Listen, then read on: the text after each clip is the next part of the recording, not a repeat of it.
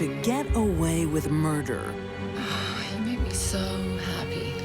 the best disguise is a smile. I've got a little present for you. A high-flying businesswoman plots vicious vengeance. They described it as a bloodbath. There's nothing we could do. A widow is unlucky in love, again and again. She got away with it, and she got money. And a caring grandmother masks a dark past. She doesn't have no conscience. With charm and a kind word, these deadly women hide in plain sight, daring the law to catch me if you can.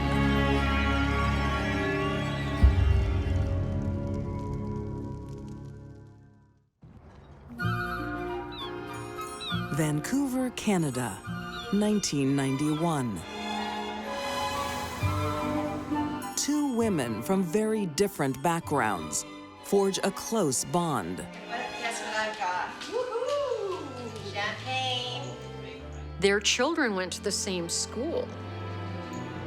And then friendship sort of blossomed from there.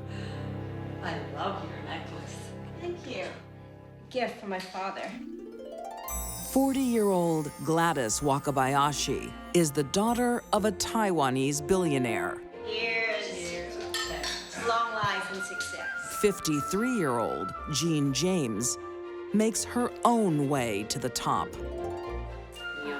Jean James was a successful professional woman who was the head of a large union of flight attendants. Despite their differences, the women have one thing in common. Their smiles mask secret heartbreak. Gladys's marriage is on the rocks. Just wasn't working. She turns to Jean for comfort. Gladys separated from her husband, and they were living apart. Marital problems are something Jean knows all about. Jean and Derek James seemed to have it all. Money, good reputations, everything, except a happy marriage. Jean secretly suspects her husband Derek is fooling around. You're home early.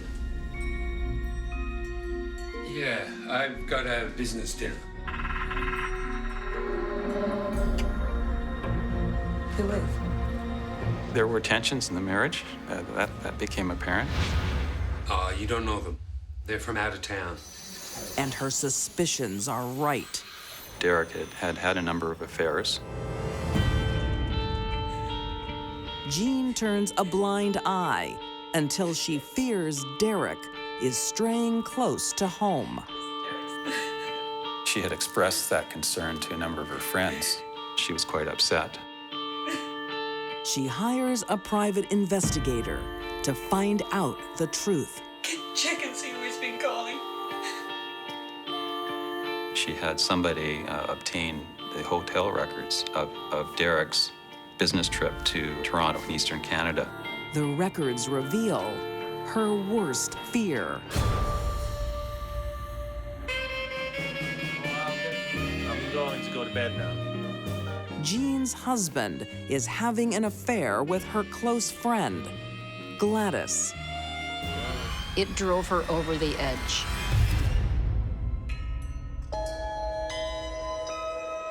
Inside, Jean is crushed, but she doesn't show it.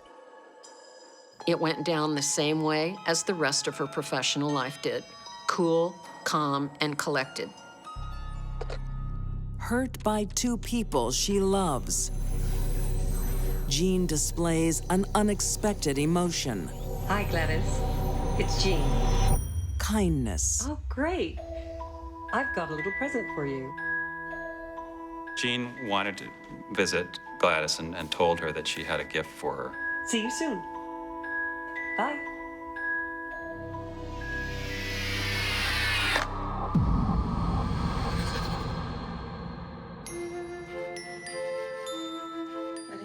Jean. I saw this. I knew it would be perfect for you. Oh, Jean. Since Gladys was having an affair with Jean's husband, there had to have been some unspoken tension between the women. Oh, it's beautiful. It's perfect. I love it. Gladys would be trying very hard to act as if nothing was wrong. Shall I try it on? But this friendly gesture isn't what it appears.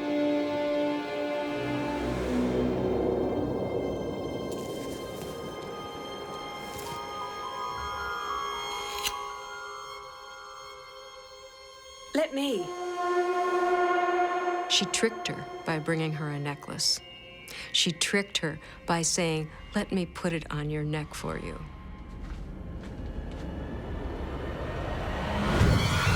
I know you're sleeping with my husband. Don't be silly, Jean. Don't you laugh at me. Illicit affairs can be very exciting and very deadly. Vancouver, June 24th, 1992. 53-year-old Jean James is a woman scorned. And now her husband's lover, close friend, 41-year-old Gladys Wakabayashi, is at her mercy. I know you're sleeping with my husband. Gladys's neck was exposed. Don't you laugh at me. This would have put her in an extremely vulnerable position. No, Jean, no. And in Gladys's blood, a telltale clue. A shoe print, a high-heeled shoe. The print suggests the killer is a woman. And when police learn of Gladys and Derek's illicit affair, they have a prime suspect. Jean James.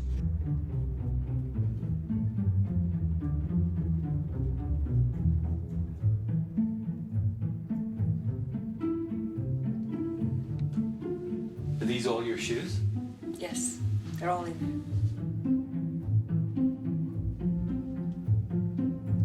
Did you go to her house on June 24? No. So they searched the house, they searched the car, and they weren't able to find anything. Nothing. Thank you, ma'am.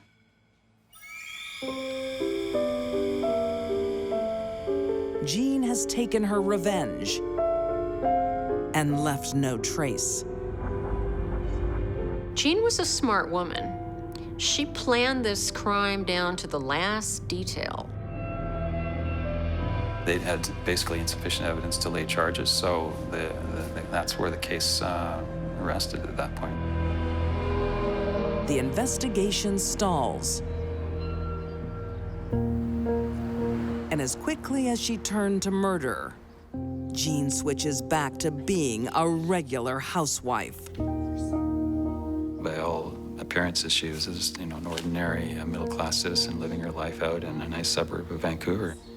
I need a cash option. Then, in 2007, 16 years after Gladys's murder, Jean gets an unlikely chance to dabble again in a life of crime. An acquaintance asks her to be a money launderer for a drug ring. I earned that in 2 days. Lucky you. Unbelievably, the now 70-year-old Jean wants in. You interested? I am. She probably figured she got away with murder once. Why not make a career of it? Jean wants to climb the crime syndicate ladder. On November 27th, 2007, she goes to meet Mr. Big. How do I know you can handle the big stuff? You don't know me. Killers just love to talk. They can't talk to just anyone about killing.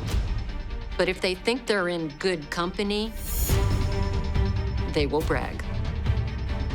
To prove she is ruthless enough to join the gang's inner circle, Jean reveals her most closely guarded secret. I found my husband screwing around, so I decided to kill her. You killed her. I slit her throat and let her bleed out.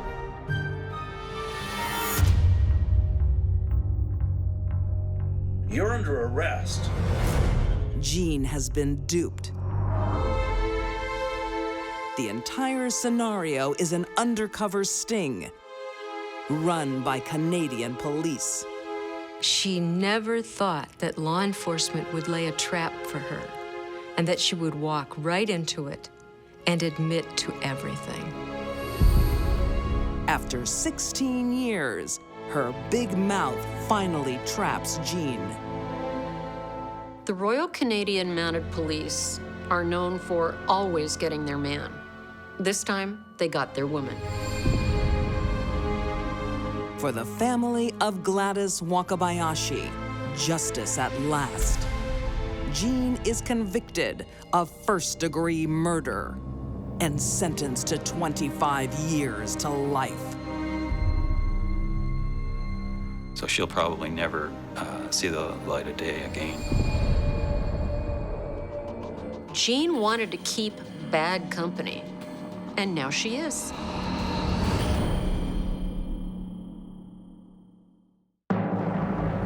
If you can't put a price on love, And she immediately went out and bought a $250 life insurance policy.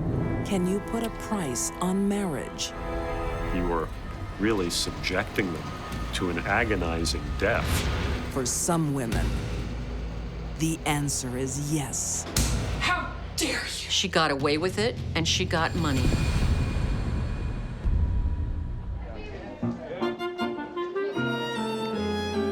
Annie, Barbara, so pleased you could make it. In New Haven, Connecticut, 1907, Annie Paulman is an unexpected guest on the social scene. Nice to meet you. Annie was a widow after the death of her first husband in 1906. I'm surprised to see Annie here. She's not one for mourning long. And I don't think you've met Joseph Monahan. No, I haven't had the pleasure. Pleasure. It's all mine. It is unusual for a recent widow to be socializing. I thought you two could be partners. Annie's never been afraid to break the rules. A splendid idea. Annie wasn't one for protocol and custom. It's like that, okay. She liked to have her own way, tell people what she wanted and expect them to do it. She didn't take guff off of anybody. She's out of cards. She wins. Annie's charm is legendary. It lets her get away with most anything. I feel we should warn Joseph. Hush, dear. Don't spread rumors. Annie was arrested for suspicion of murder regarding her first husband. But she wasn't charged, and they released her. 38-year-old Joseph Monahan ignores the gossip. He's smitten. I can't wear your dead husband's clothes. What? Why? He doesn't need them. After a short courtship, they marry. Now let's not talk about clothes. It was all about Annie and what Annie wanted.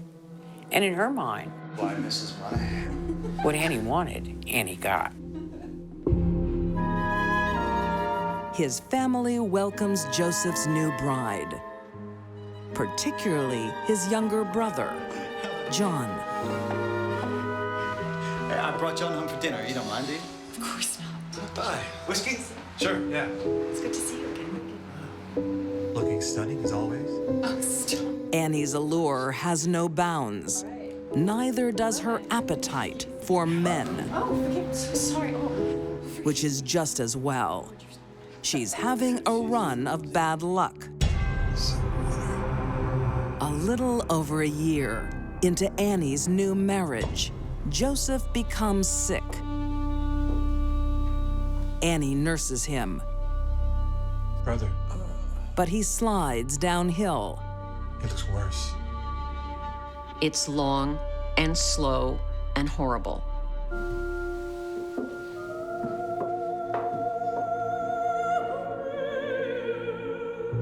There's nothing they could do. Annie is widowed. Again. It was another sudden, unexpected death, and once again, she was questioned. He wanted to be embalmed. We can arrange that. But whatever suspicions police have, they can't land a charge. That tells me she was probably pretty good at talking to the police. Annie's legendary charm doesn't just work on cops. She's already lined up her next husband and raises eyebrows. Only 2 months after her second husband died, she married his younger brother, John. The priest said to her, "Before we continue, I'm compelled to ask you a question. "It's only been a month since your husband died, and this man has the same last name as your previous husband." Are they at all related? And Annie stood there, looked in the priest's eyes, and told her bald-faced lie. Absolutely not. Annie married her third husband when she was under suspicion for murdering the second one. You may kiss the bride. Along with a new marriage comes a new life insurance policy.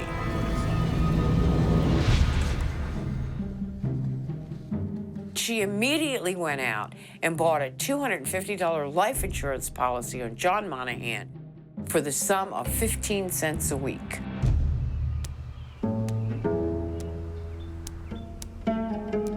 This marriage lasts, for a while at least.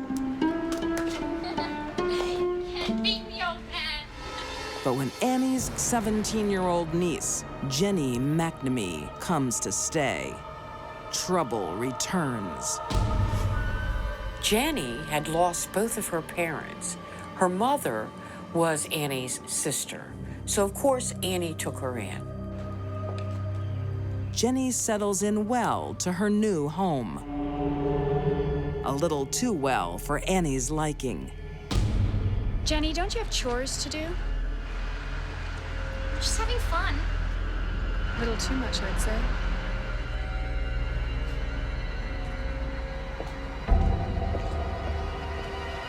Really?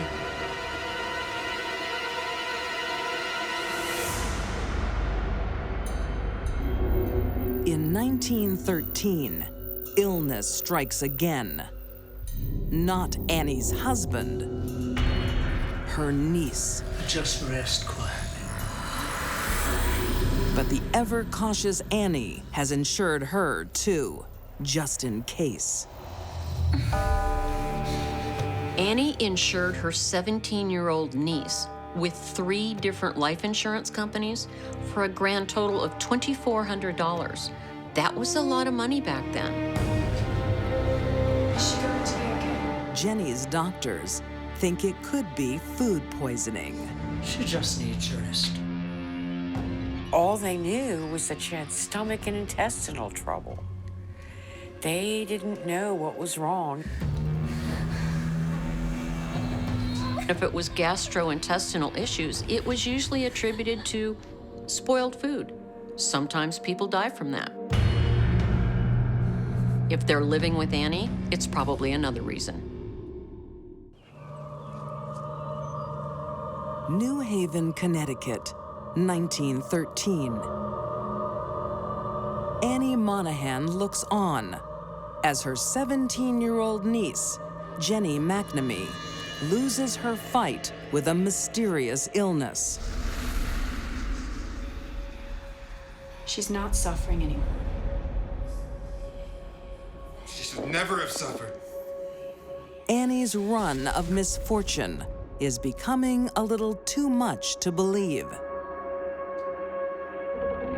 2 husbands, within 3 years, both dead, unexpectedly. Then a niece, 17 years old, completely healthy before she came under Annie's care. The investigators were very suspicious of Annie.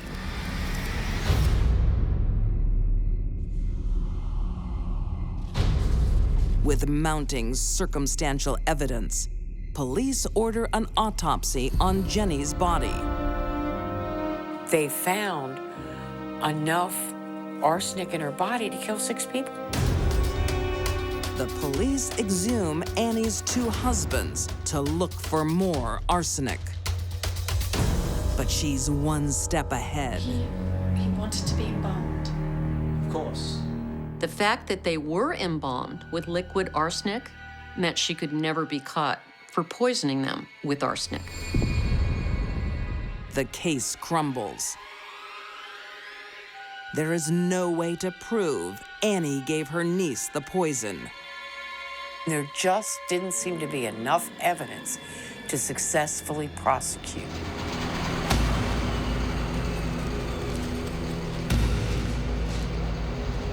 How dare they smear my good name? Annie may be free and rich thanks to another insurance payout, but there's trouble brewing with her husband. That's because you're a murderer. How dare you? You're despicable. Sometimes when they would argue and fight, he would call her a murderer. He had no idea how accurate that was. Annie could have tried to talk her husband around, but that's not her style. Eat up, John. It could be argued that arsenic murder is a much more sadistic way of killing somebody than, let's say, the way Jack the Ripper killed his victims. For a 4th time, Annie Monahan watches a loved one's drawn-out demise.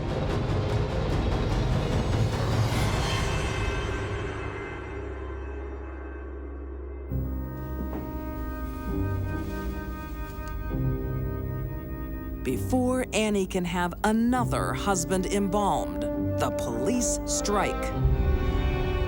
They weren't fooling around this time. They sent all of his internal organs to Yale Medical School for analysis. Results show fatal arsenic levels.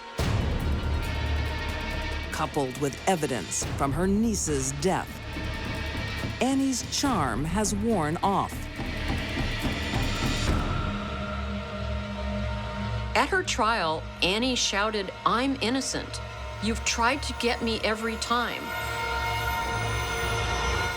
I'll take that as a confession. In February 1919, Annie Monahan is found guilty of the murder of her husband, John.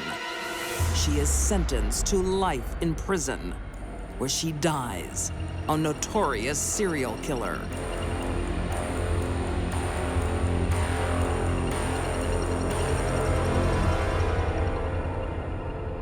Annie needed 2 things in life to be happy: a victim and a bottle of arsenic.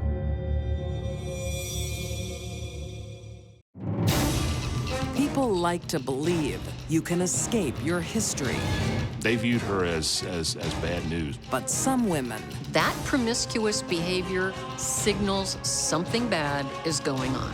...will never outrun their past.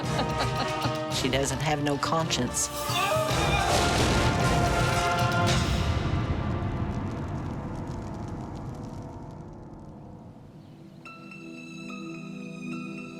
In 2007, Pulaski, Tennessee.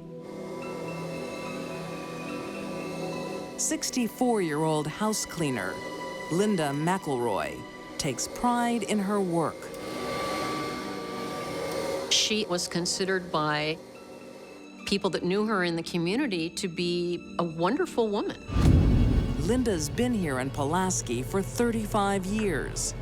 Locals think they know her. They don't.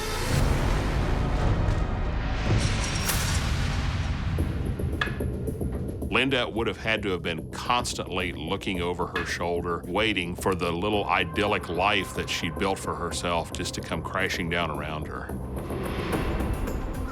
You don't think that you're gonna find somebody like this in your small town. Well, howdy, Sheriff. Come on in. What can I do you for? Linda? You need to come with me.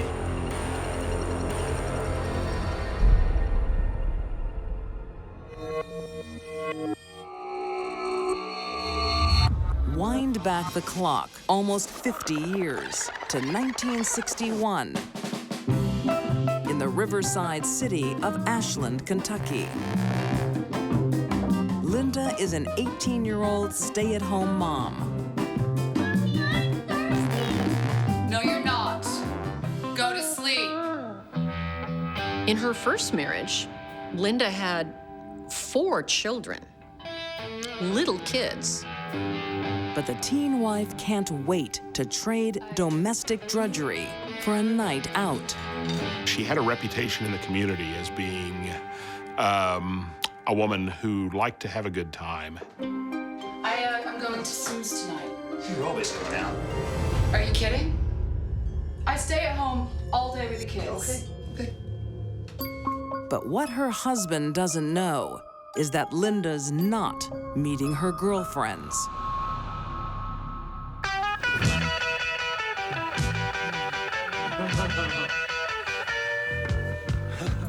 Linda and Charles started seeing one another while Linda was still married to her first husband.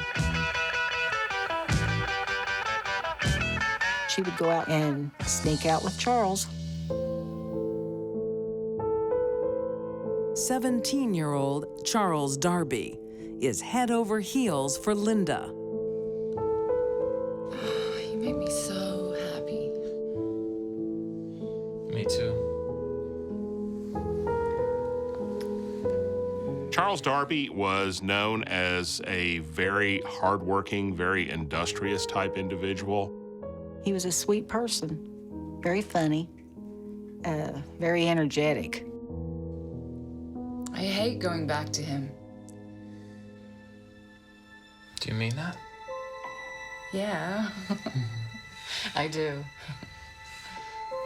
Charles persuades Linda to divorce her husband. There was a little bit of a scandal over that. That type of behavior is very much frowned upon in a very small, close-knit conservative community like Ashland. In 1962, Charles marries Linda. The newlyweds moved to Hammond, Indiana, far from Charles's family. Her husband chose her and became isolated and estranged from his own family. Big mistake.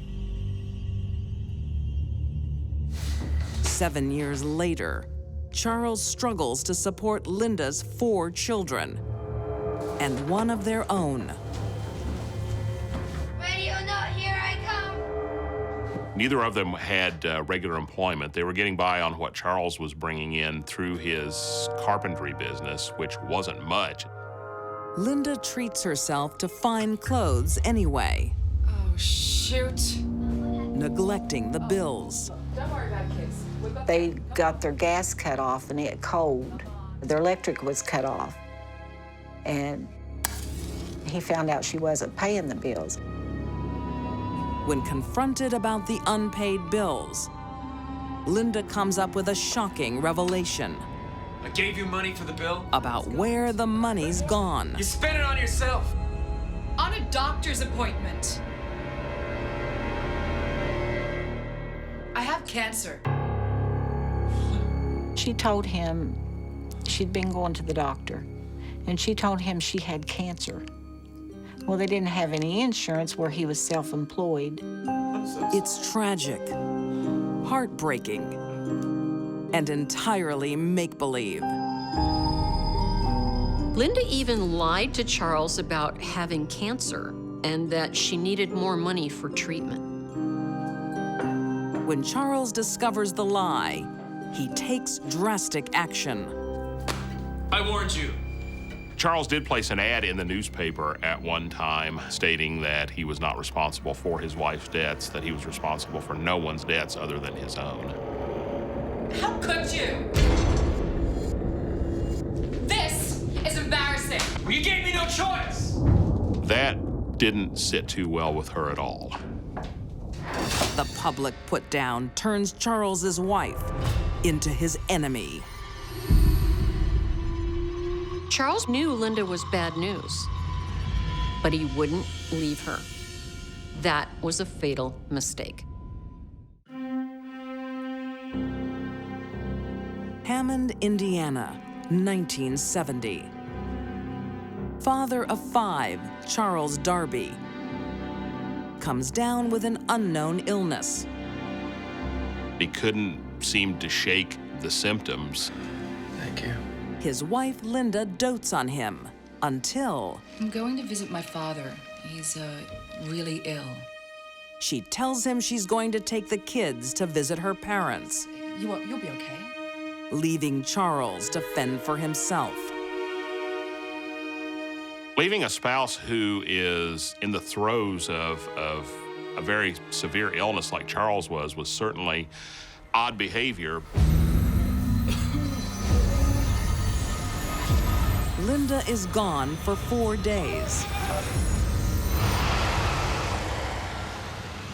On March 4th, 1970, she returns to Hammond. But she doesn't go home. She decided to stop and get a motel room, which was curious. With the kids in a motel bed, Linda has an errand to run. She left the older children in the motel room by themselves. You can't tell anybody that She had told them that if they said anything about her leaving the motel, that she would spank them. She took the youngest, the baby, with her. After leaving the motel, Linda makes a pit stop. She had filled up 2 5-gallon cans of gas. After that, Linda went to the house that she, the children, and Charles all shared.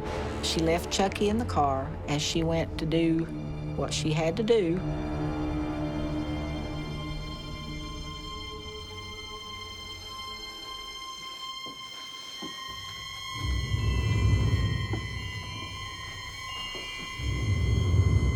Charles was asleep. She retrieves a shotgun.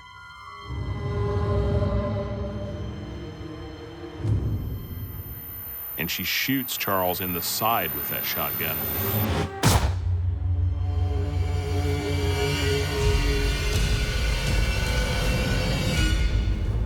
And then she puts him inside of a garment bag and zips him up, and then pours all that gas on him in the bed.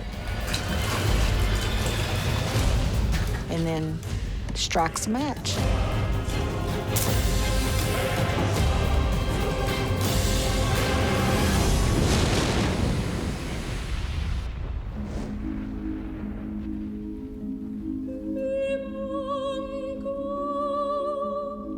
And keep in mind that Linda has the baby that she and Charles had together with her at the time.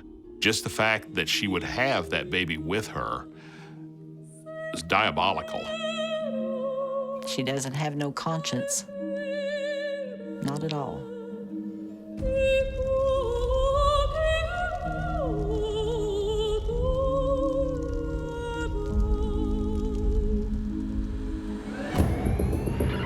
Linda flees the scene.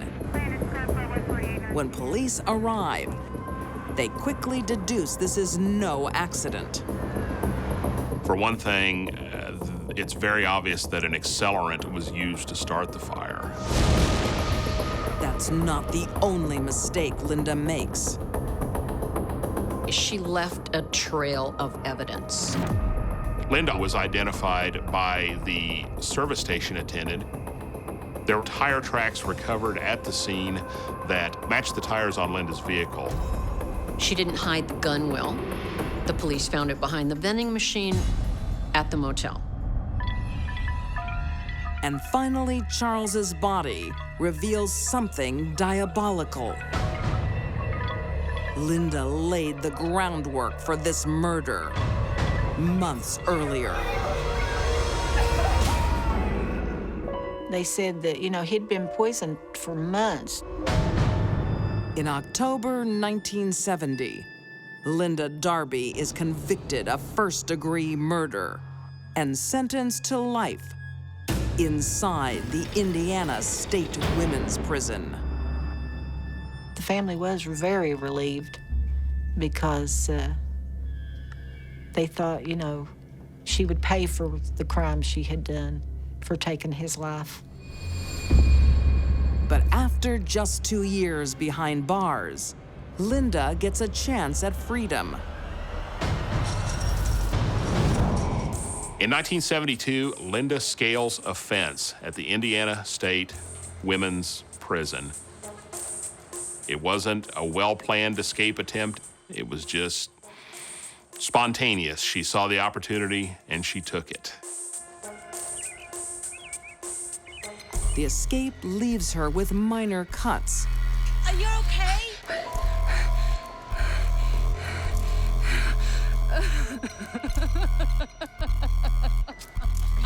William, get out here.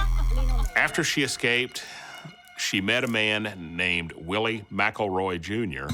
She's been beaten by a boyfriend. Help her in the house. You're safe here. Willie took pity on her. She told him that she'd been beaten by her boyfriend. That was what accounted for the cuts and bruises. Willie, being the kind-hearted soul that he was, he took her in, and eventually a romance blossomed between the two of them. She remarried and had 2 more children with her husband, Willie. For the next 35 years, Linda Darby plays the role of Linda McElroy, a law-abiding wife, mother, and even grandmother. Linda opened a little junk shop. She cleaned houses. She took care of the elderly, and there was never any inkling that she was, in fact, a convicted murderer living on the run. Linda thinks she can hide forever in this tiny rural town. But there's something she hasn't counted on: the rise of technology. They set up a new computer-based system for tracking escaped fugitives. In 2007, the state of Tennessee begins using new software aimed at smoking out prison escapees. They found on Linda Darby that there were some similarities by her Social Security number, by her date of birth, and other data that they collect that looked similar to a woman by the name of Linda McElroy who lived in Pulaski, Tennessee. All it takes is a knock at the door. Howdy, Sheriff. Come on in. And the fugitive murderer, Linda Darby, is at last returned to custody.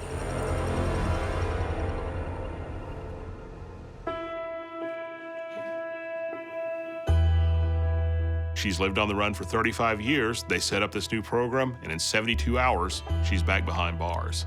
Same institution where she scaled the fence 35 years earlier. Linda will now serve out the rest of her days behind bars.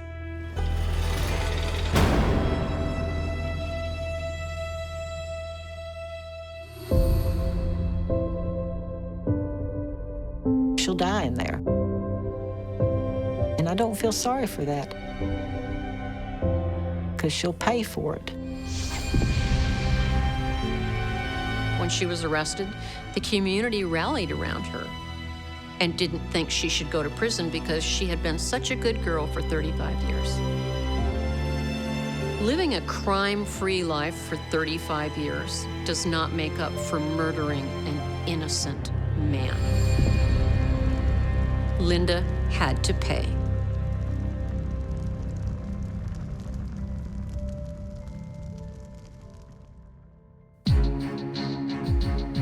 These deadly women thought they would never have to pay for their crimes. Jean James cut her best friend out of her life.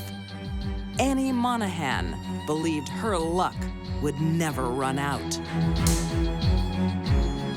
And Linda Darby reinvented herself to conceal her heinous history. All three thought they could run and hide forever, taunting, "Catch me if you can."